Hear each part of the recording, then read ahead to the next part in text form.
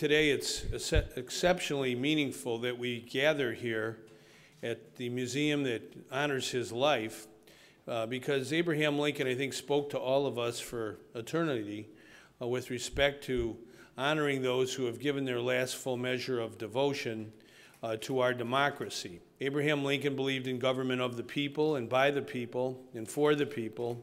He said, "It shall not perish from this earth," and he said it at Gettysburg in November of 1863, the Gettysburg Address. It consisted of 272 words, but I think it was true then, it's true today, and it'll be true forever. And I think all of the portraits that we see here of real heroes from Illinois, the best of the best, they live up to every word that Abraham Lincoln uttered at Gettysburg, that they understood the importance of government of the people. They answered the call to duty after 9/11 to protect our democracy. All of us who are alive on that day will never forget that horrific day and the importance of having men and women from our state and every state volunteer to go forward in the face of danger to protect our democracy. Each and every one of these soldiers and service members are real heroes who volunteered. They had in their heart a servant's heart. They understood that they had to risk their lives for all of us. So it's our duty, as Abraham Lincoln told us, to never forget that sacrifice. They did not lose their lives in vain. And it is important that we remember their purposeful lives. God did not give them perhaps a long chronological life, but God did give each and every one of these portraits and men and women who are depicted here a purposeful life. And so I have always found that when I come to our Portrait of a Soldier's exhibits around the country, around the state, it's going to not only be here in Springfield this weekend and the coming week, but also at O'Hare Field in Chicago and Daley Plaza, where we have a gathering tomorrow honoring the Memorial Day and commemorating it.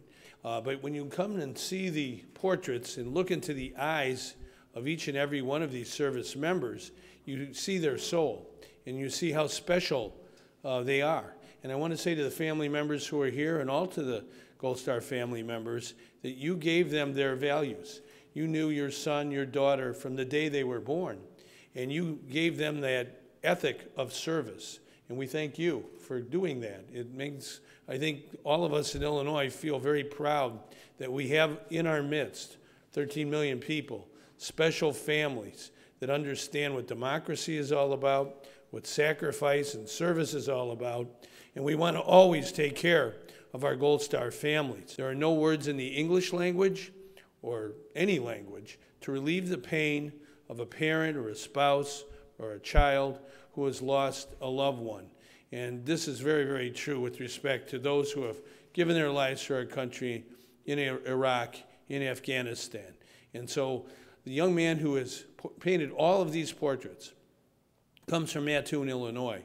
And he works on my staff and has for some time. His name is Cameron Schilling. And in his town, a young man by the name of Charles Neely was killed in action in Iraq. And it was a very sad time indeed in Mattoon. And Cameron drew a portrait of Charles and brought it to his family. And they were so moved by this portrait of Charles Neely, their son, that Cameron asked to do other portraits for other families. And I was lieutenant governor at the time. We worked with Cameron Schilling. He became acquainted with all of the Gold Star families. They provided a portrait or a picture of their son or daughter, and he drew this portrait. And the portraits are very meaningful because they will live long after we're gone. Long after we've passed away, these portraits will still be here. And I think that's an everlasting reminder to the people of Illinois, people of our country, that we, at this time, in the first decade of this century, had special men and women from the land of Lincoln who answered the call to duty and helped preserve and protect our democracy. Now, I happen to believe, and I'm sure everyone here feels the same way I do, that our faith teaches us that we will see each and every one of these service members again. and we will thank them for their lives of service. And I think it's very, very important that we have that everlasting faith and hope that these special men and women who we look in the eyes and see their soul, we know that their souls are immortal. And I think it's very, very important in this coming week that the people of Illinois, if they happen to be near the museum here or up near O'Hare Field, maybe picking up somebody, a passenger, or someone who is leaving our state and they see the exhibit, or they're down at the Daily Plaza there in Chicago, they take a moment, even if it isn't 10 minutes, even 1 minute, to take a look at some of these portraits. It's so important, I think, for the people to take into their hearts what this great sacrifice has been over the last decade. I do want to thank everyone who has been involved in this project. It has been going on now for quite a few years. Portrait of a Soldier has been everywhere in our state and will continue to be everywhere because we never, ever forget family members here. It's not easy to ponder the loss of someone that you have been close to all their lives. But I think it's important that we say loud and clear the names of some of those who are on this exhibit here, that their family members are present.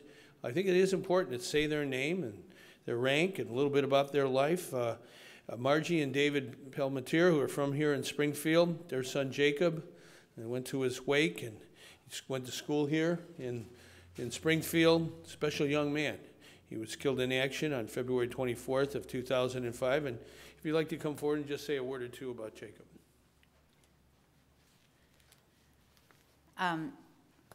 Jacob was our only child. He always did exactly what he wanted to. He graduated with honors from Illinois College in Jacksonville, had scholarships to go to law school, turned around and said, "Mom, Dad, I need to go in the Army. I need to serve my country." It was a surprise to us, but we're very proud of him. And we're grateful each day that the time we did have him. But we always want to remember always what the real cost of war is. Thank you. Well said. Thank you. We also have the family of another real hero, Joshua Powell, a biblical name I might say, Army Staff Sergeant. His mom and dad, David and Teresa, are here. And David, would you like to come forward with Teresa and say a few words? I'd just like to say Josh loved what he was doing. It's kind of a similar story. He was in our ROTC program and called me one day and said, "Dad, you're not going to understand this, but I just need to be in the Army full time." So he joined Fort Campbell, spent one tour in Iraq with medevac, and then spent 2 tours in Afghanistan as a crew chief and a standardization instructor and a door gunner on a Black Hawk. And that's how he died, was in a Black Hawk crash. And that's what he loved. So he told us that if he ever had to die young, that he'd want to die serving his country. Thank you, David.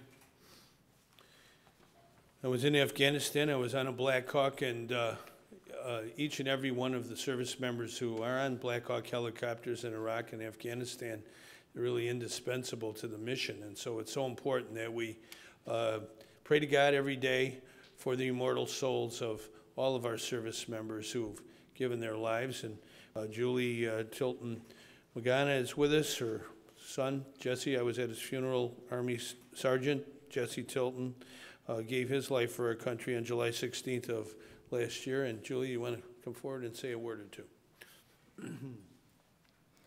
I want to thank all of you for coming here to remember. I want to thank the National Guard. I want to thank the Army. I want to thank the 82nd Airborne. My son has been called a true American hero at the funeral. That's what I heard over and over again. And I do believe that. I do believe he is an American hero. He did what he was supposed to do. He saved that boy's life. And I thank all the Army people that were with him that day, who were all working together and trying to do the very best they could in a terrible situation.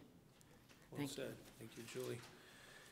I think it is important when we use the word hero, it's bandied about in our society, sometimes carelessly.